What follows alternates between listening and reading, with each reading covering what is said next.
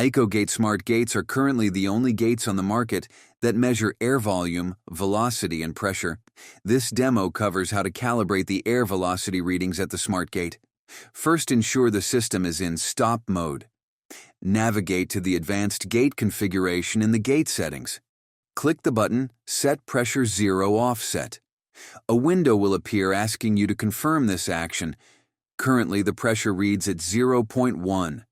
Let's click this green button to confirm the zero offset. After a short delay, we'll see this pressure reading update to 0.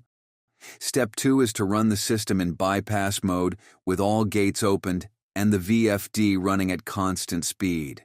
To measure the air velocity at the gate, we recommend you use a Fluke 922 with a pitot tube long enough to scan the entire duct diameter. Then take that measurement and enter it in this measured air velocity field. In our example, we'll use 4,568 and click Calibrate. The green box will evaluate pressure over a 10-second period, calculate the average, and adjust the air velocity reading accordingly. Air volume is then automatically calculated based on the measured air velocity and the gate diameter.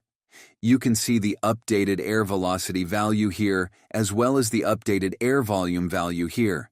And this is how to calibrate the air velocity readings for Ecogate Smart Gates.